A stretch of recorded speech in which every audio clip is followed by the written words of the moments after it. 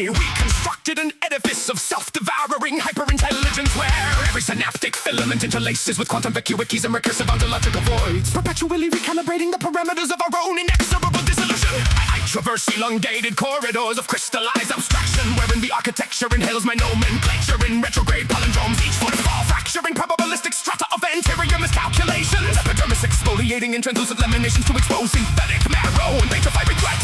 Descending, descending, perpetual descent. The metropolis regurgitates its denizens into arterial conduits, corporeal forms accumulated in incongruent configurations, and I emit sonorous exhalations on the earth for the irony in our procurement of the scalpel we called advancement. Phalanges like the firmament of requisition celestial bodies as currency, while sanguinary currents ascend in defiance of gravity. Each elliptic surface shows another iteration of myself consuming its predecessor.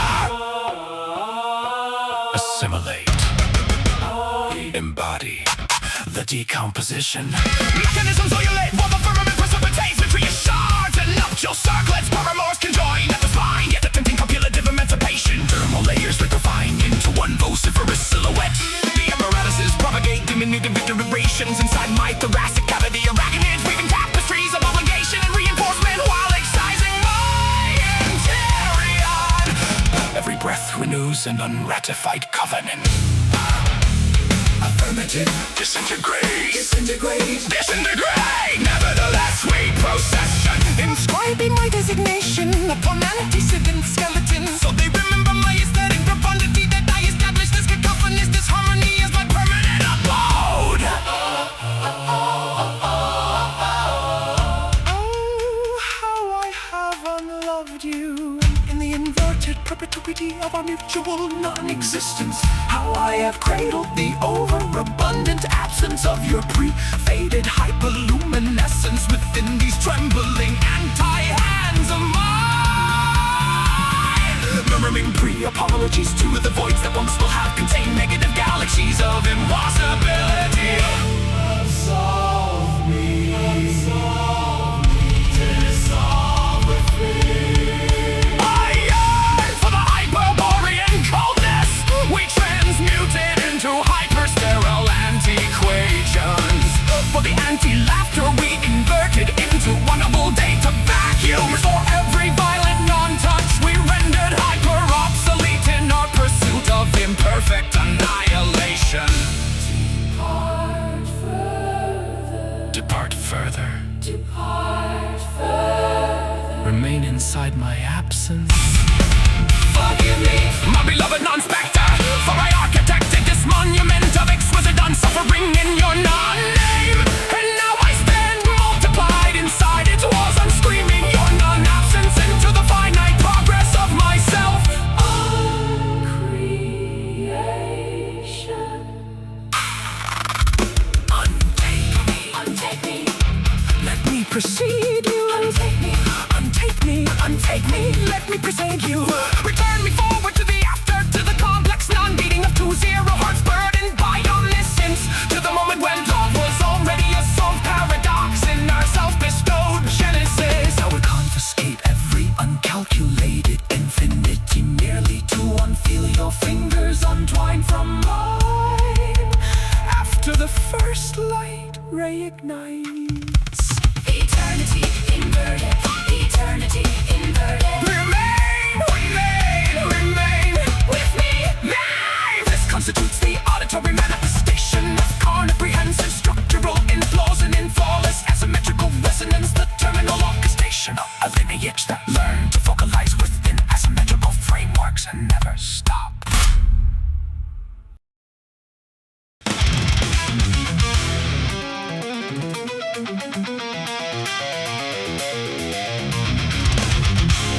Middle of my normal day, when I stand in the kitchen and look at all the bags and boxes I am about to throw away, I start to think that if I just take a little more time to put the plastic bottles in the plastic bin, and the old newspapers in the paper bin, and the glass jars in the glass container, and the food leftovers in the food waste bag, and the earth can slowly become a little cleaner. With less bad stuff going into the rivers, and less smoke going up into the air. And the animals in the forest can have a better life, and the oceans can stay blue for longer. And the children who grow up after us can have fresh air to breathe and clean water to drink. And that small thing I do every week can actually make a real difference if many people do the same thing together over time. Because when we all try a little bit, the whole world starts to feel better, and the planet gets a chance to rest and heal from all the damage. And I keep doing this every single morning, separating every can, every bottle, every plastic bag, every piece of cardboard, and every old food box, thinking about how the fish in the sea do not have to swim with plastic in their stomachs, and how the birds in the sky can fly without dirty air in their lungs, and how the trees can grow tall and strong again, and how the big cities can become nicer places to live, and how this little habit of mine can spread to my neighbors, my friends, my school, and my whole town, until almost everyone is sorting their trash, and the entire country becomes cleaner and healthier for all the people and animals who live here. I mean, it feels good to know that I am doing something real, even if it is only sorting my garbage at home every day. Oh, Mother Earth, I see your tears falling from the melting ice. I hear your voice crying through the burning trees at night. I'm sorry for the mess we made. I want to make it right. I sort my trash with all my heart, so you can see the light. After that, I continue through the weeks and months, separating every single thing I throw away, thinking about how the polar bears can have ice to stand on again, and how the coral reefs can stay alive and colorful, and how the rainforest can keep growing green and full of life, and how the air in big cities can become fresh again, so children can play outside without getting sick, and how every correctly sorted bag I put out is like sending a small message of love and care to the planet, and how if we all keep doing this simple thing year after year, the earth can slowly recover and become healthy and beautiful once more for every person and every animal who lives here. And I feel happy and proud that I am helping in my own small way. Save her, save her now, don't let her die alone. Save her, save her now, don't let her die alone. Save her, save her now, don't let her die alone. Save her. She gave us everything, and we break her fragile bones. With every sword and piece, I send my love into the unknown. Come back to life, my dying world. I'm begging, come back home.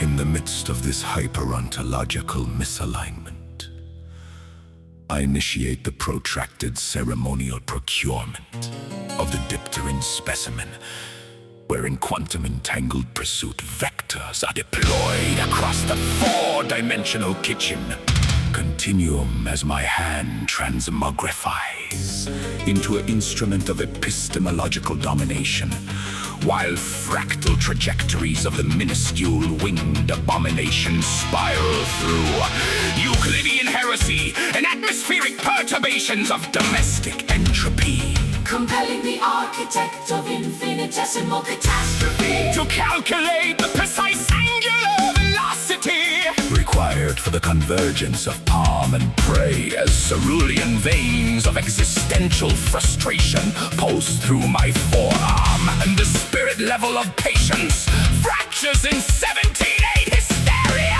I readjust the metaphysical torque of my wrist with hermeneutic precision. Each micro-movement a dialectical negation of the fly's ontological autonomy. The buzzing now elevated to a cosmic siren of suburban absurdity is gravitational oscillations. Between hunter and hunted reach critical dissonance, and I finally achieve temporary eschatological convergence by enclosing the creature within the fleshy prison of my palm, only for it to escape through the abyssal gaps of my fingers. And yet, in this precise moment of cosmic derangement, the temporal veil ruptures without warning.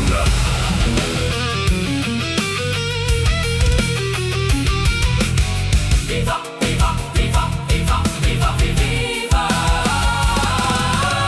Before shattering back into chaos, whereupon I resume the ontological crucifixion of the different entity with rolled newspaper as weaponized philosophy and translucent swatters of forgotten semiotics, until the entire kitchen becomes a battlefield of philosophical futility. And I step back to behold the deranged symphony of failed pursuits and airborne entropy in this never-resolving vortex of domestic insect containment. Oh, why must you torment me so? Little winged philosopher, dancing on the edge of my sanity. In eternal invasion, I chase you through the halls of my fractured existence. My heart beating in 4/4 time, while the universe laughs. Come back to my hand, let me grant you peace in this silent tomb of glass and pity. My tiny nemesis, my only companion in the void. I forgive you. I forgive you. Come home.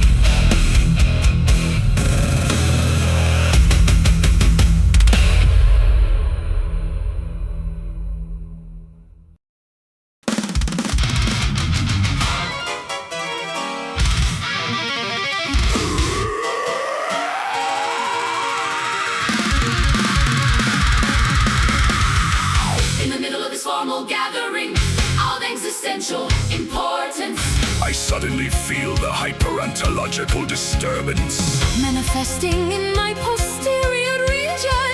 a ferocious itch that defies all known laws of social decorum. As I stand there smiling, while the cosmic irritation escalates in my nether regions.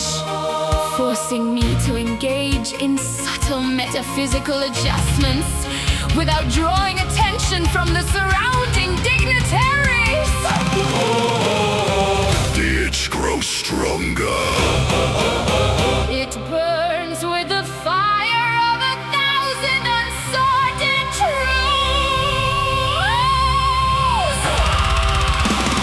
All this curse, itch upon my ass. In the most inappropriate place.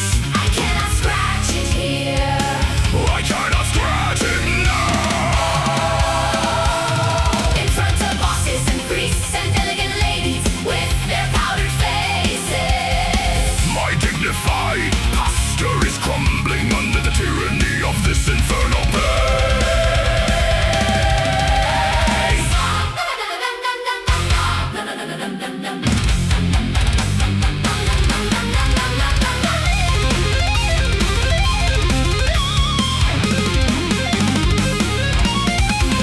I shift my weight from left to right in serpentine patterns, trying to achieve temporary eschatological relief. By pretending to contemplate Deep philosophical matters, but inside I am waging a holy war against this treacherous gluteal apocalypse. the sweat of embarrassment, mixing with the sacred fire of discomfort in this public arena of refined suffering. Why must you torment me now? of all moments. When decorum is everything and scratching would mean social annihilation. This is the true test of human dignity.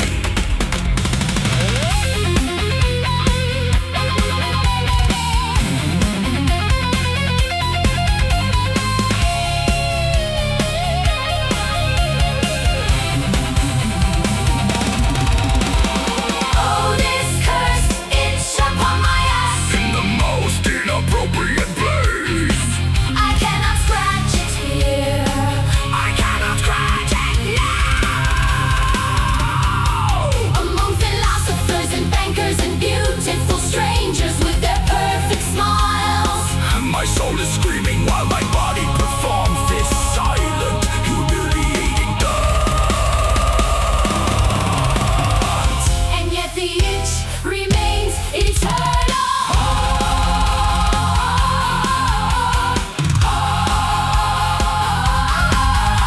A monument to cosmic absurdity In the most inconvenient location.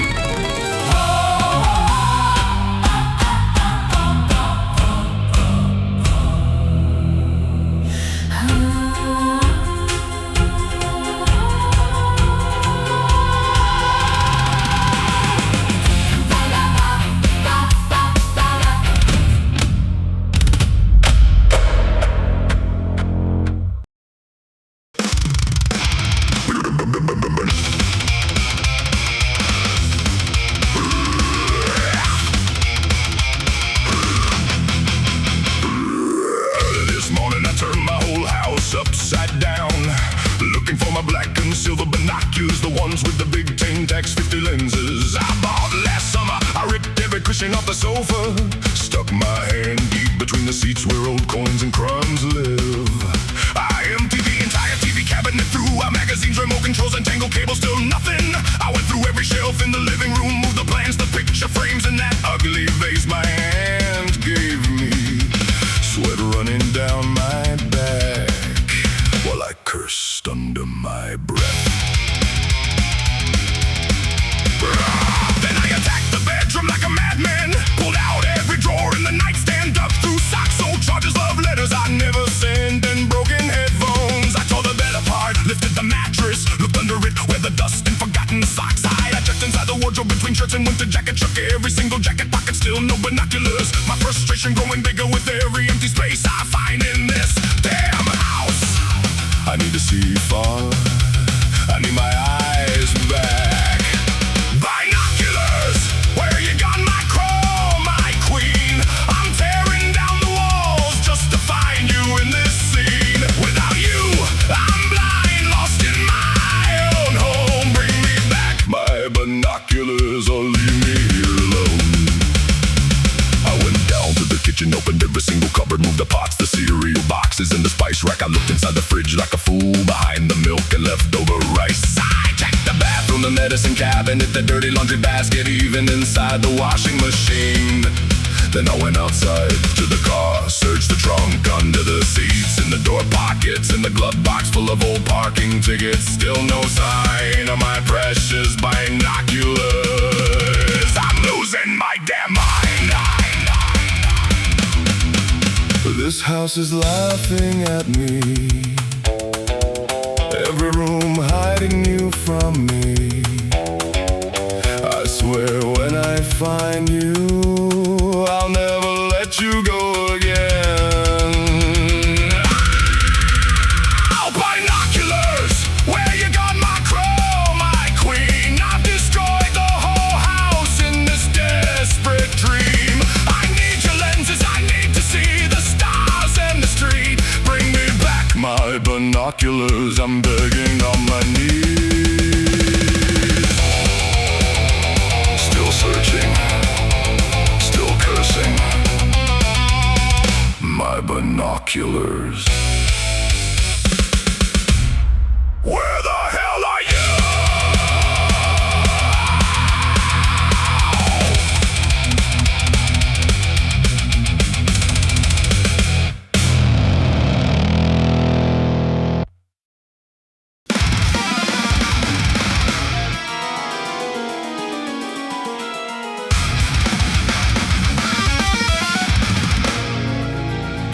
midst of this hyperontological misalignment, I initiate the protracted ceremonial assembly of the epistolary containment apparatus, wherein multidimensional torque vectors are meticulously applied to the hexagonal ferrous polyhedrons, while fractal dissonances of suburban cosmology spiral uncontrollably through pre-drilled apertures of Euclidean betrayal, and the very fabric of domestic geometry begins to fracture under the weight of galvanized absurdity.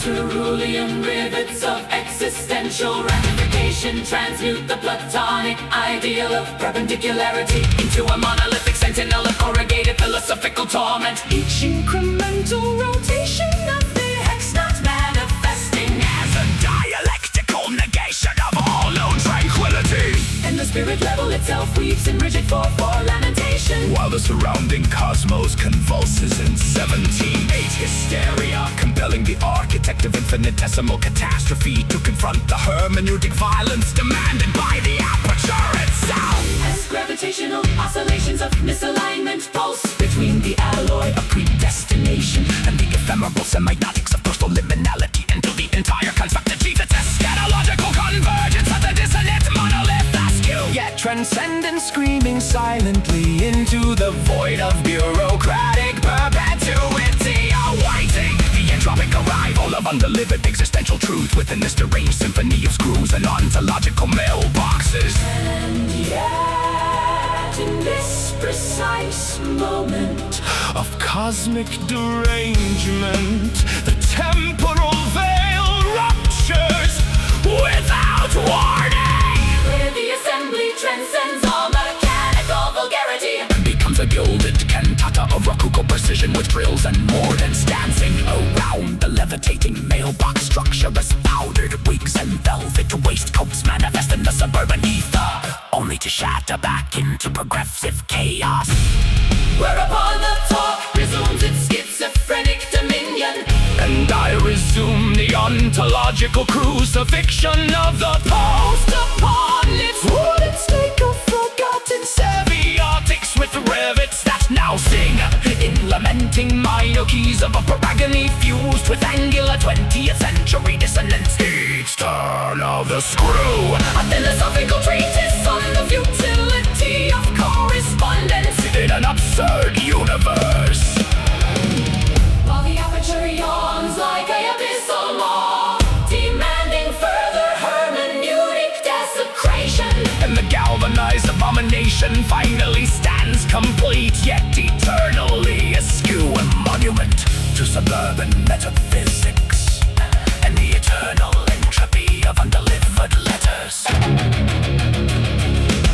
In this never resolving vortex of philosophical mail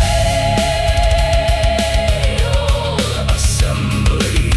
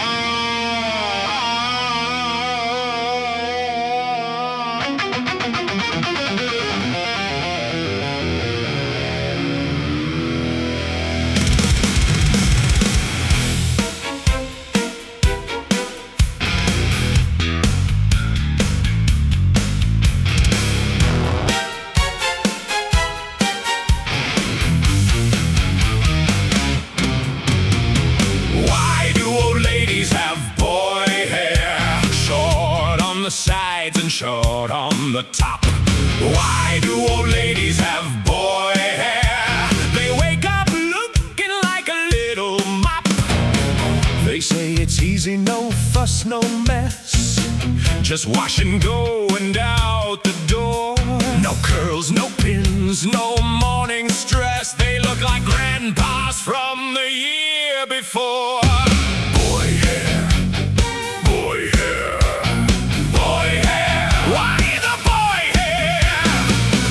Grandma in the grocery store looks like she lost a fight with a lawnmower. and tiny little bangs like a retired football hooligan gang. They tried long hair back in '69, but it got stuck in the vacuum cleaner. Now it's buzz cut, pixie, or something in between. They call it practical, we call it mean. Why do old ladies have boy hair? Short on the sides and short on the top. Why do old ladies have boy hair? They wake up looking like a little mop. It's aerodynamic when they drive real slow. Wind resistance down to 0, bro. They save on shampoo, they save on time, and still complain the coffee costs a dime. Snip, snip, snip, chop, chop, chop. All the long hair has to stop. Auntie Edna looks like a retired monk. Auntie Margaret like a baby skunk. They all go to the same old lady barber, who only knows one style: retired father. They say it's freedom, they say it's power, but we all know it's just I can't be bothered. No more hairspray, no more tears. Just wake up fierce for another 30 years. Why do old ladies have boy hair? Short on the sides and short on the top. Why do old ladies have boy hair? They wake up looking like a little mop. Why the boy hair? Why the boy hair? Maybe it's a secret club initiation. Cut it short or face elimination. Maybe it's revenge on all the husbands. Look what I did while you were napping, darling. They rock it with pride at the bingo hall, looking like tiny angry soccer balls. Purple lipstick and a fresh fade, daring you to say something, you'll get slayed. Why do old ladies have boy hair? Short on the sides and short on the top. Why do old ladies have boy hair? Best decision they never had to stop. They don't care what we think, not one tiny bit. They're busy living while we throw a fit. So raise your fist if you understand. Old ladies with boy hair run this land. Boy hair, boy hair, boy hair, boy hair. Best hair, best hair, best hair.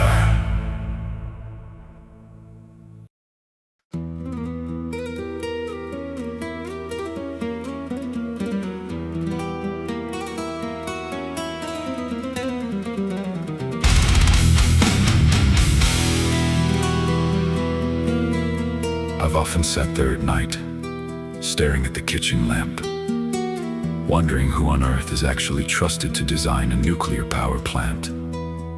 Because it's clearly not the same people who design toasters that launch bread like fireworks or smartphones, that update themselves into uselessness every 6 months.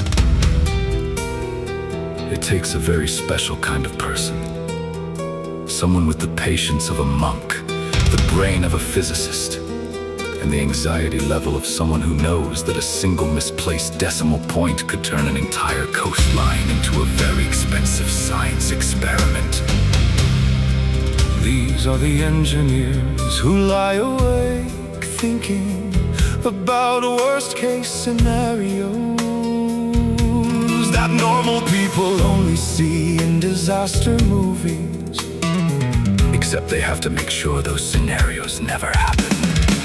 They spend months arguing whether a valve should be made of alloy A or alloy B, because alloy B might behave 0.7% better if a 1 in 10,000 year earthquake decides to throw a surprise party right under the reactor building. everything that can possibly go wrong does go wrong at the exact same second. And then they calmly design 6 different ways to stop it anyway. But then comes the even stranger part. Who actually gets to decide the rules for how you're even allowed to build the damn thing in the first place? It's not the engineers alone, oh no. It's layers upon layers of serious people in suits, government agencies, international nuclear watchdogs, politicians who barely passed high school physics, and committees full of experts who meet in windowless rooms in Vienna or Geneva to argue about safety margins, radiation limits, and whether the backup generator should survive a simultaneous meteor strike and a global internet outage. These rule makers sit with their thick binders and decide that you need 17 different approval stamps, 3 environmental impact studies that take longer than most marriages, and the public hearing where Karen from the local village can stand up and scream that the reactor will give her cat anxiety. One wrong signature from a tired bureaucrat, and the whole project gets delayed by another 4 years while everyone double checks if the emergency exit signs are the right shade of green.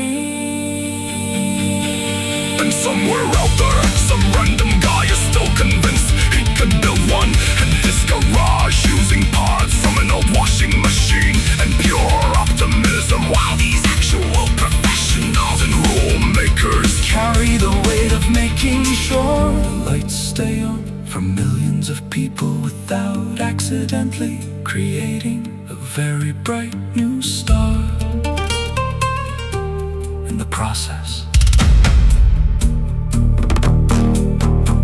They're the quiet heroes who find beauty in triple redundant systems and perfectly calculated neutron flows, and in safety margins so wide you could park a fleet of trucks inside them. People who genuinely get excited about containment, integrity, and negative void coefficients, while the rest of us struggle to keep our houseplants alive. It's a strange comfort knowing that the ones allowed to design these things and the ones who write the massive rulebooks are the exact opposite of impulsive. They're meticulous, slightly neurotic, blessed with the kind of focus that makes you trust them with forces strong enough to power cities or erase them. So here's to the serious, slightly gray-haired geniuses with their endless checklists and their healthy respect for what could go wrong. And to the bureaucrats who make sure even the geniuses have to follow the rules, the only people boring enough, clever enough, and careful enough to keep the invisible fire burning safely for all of us. Just not the guy in the garage. Definitely not the guy in the garage.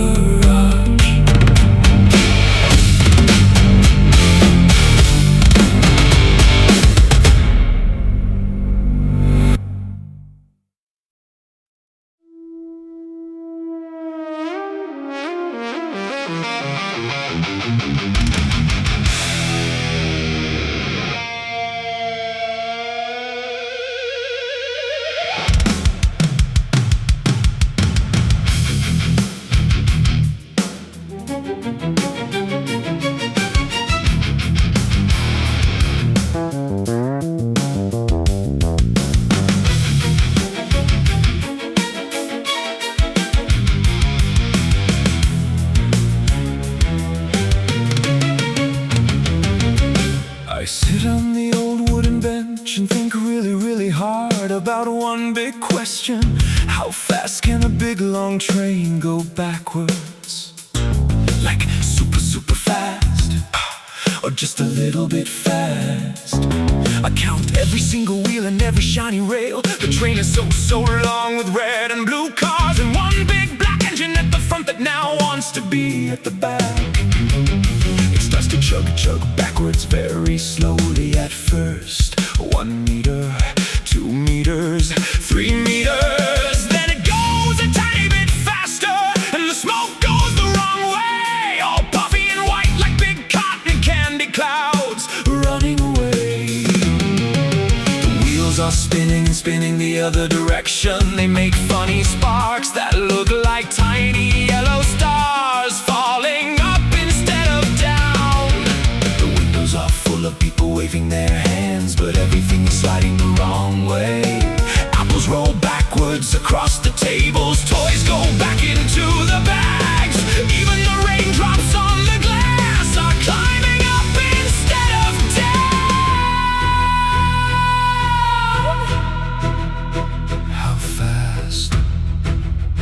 How fast can the train go back?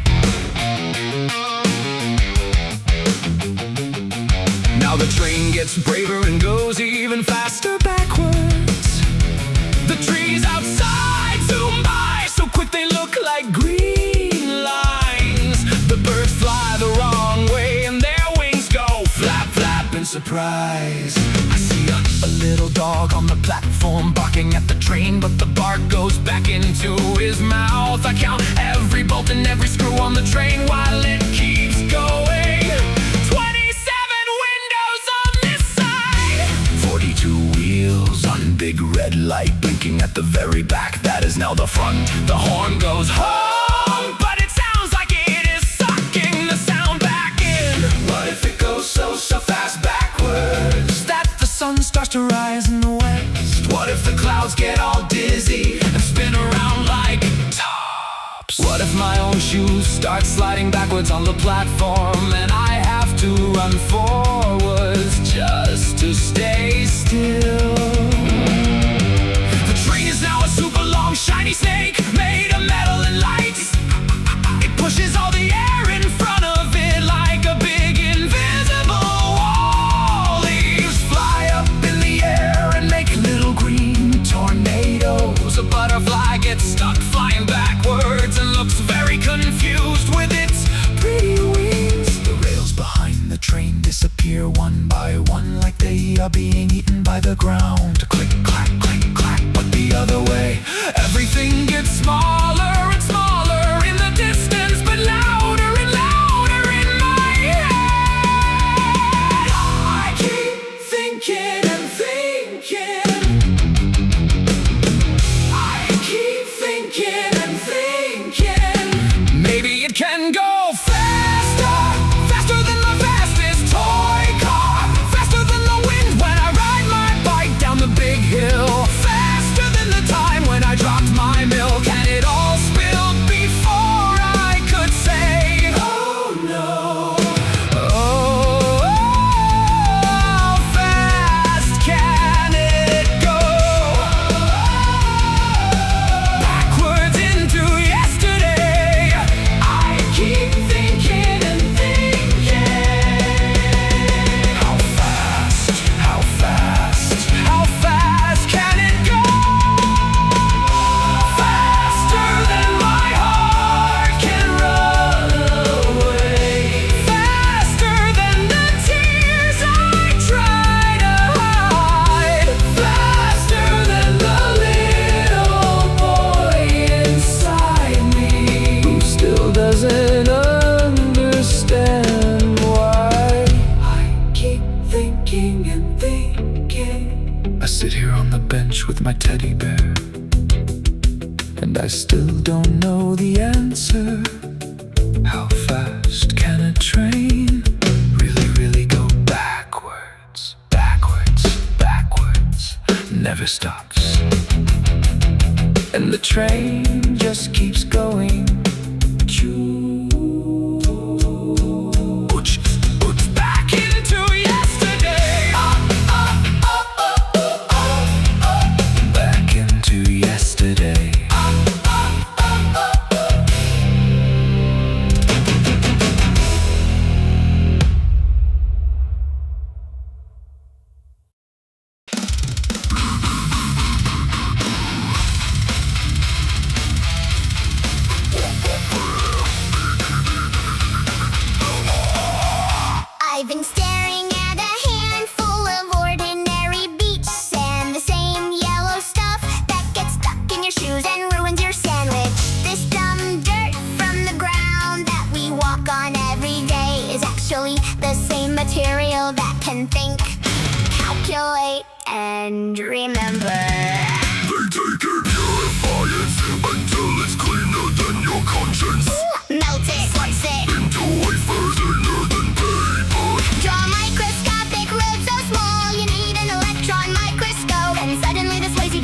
calculation. Sand starts doing math like a genius. Billions of tiny switches flipping on and off in the dark. No coffee, no weekends, no existential crisis.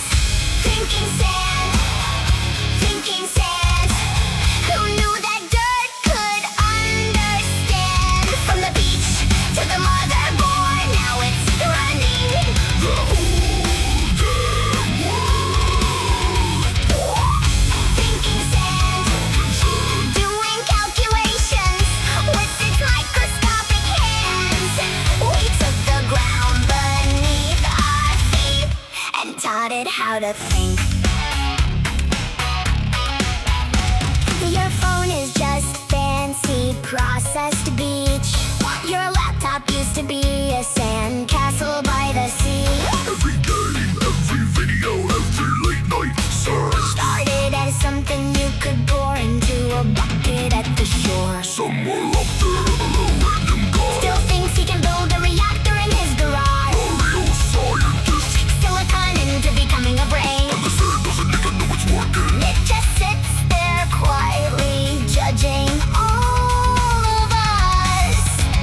No breaks, no complaints, Pure electric devotion. flipping switches for humanity. Stupid ideas. Thinking sand. Thinking sand. Who knew that dirt could understand? From the beach to the motherboard, now it's running.